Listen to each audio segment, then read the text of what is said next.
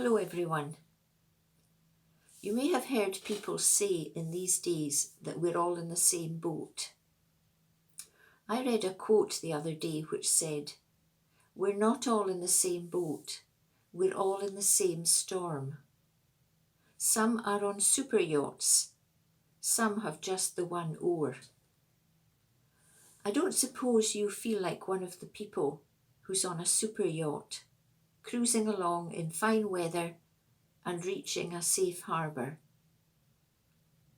Perhaps like me, you feel more like the person in a rowing boat with one oar, who just goes round in circles and never reaches dry land.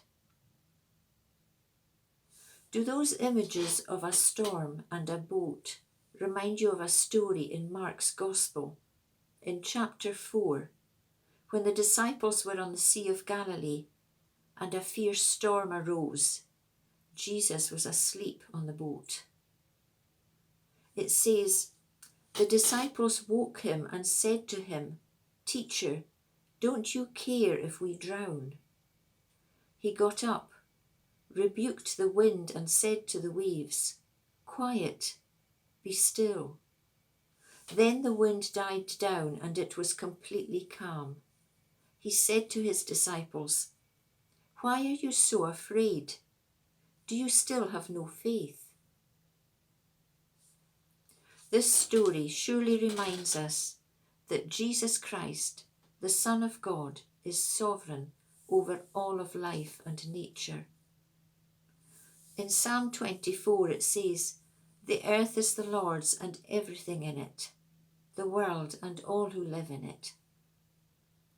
The power that he exercised over the elements that day on the Sea of Galilee was the same power which raised him from the dead. He tells us not to be afraid in the storm, and he challenges us when he says, "Do you still have no faith?" In these days, will you put your trust in him to take you through whatever storm you're experiencing and eventually bring you to a heavenly shore? Amen.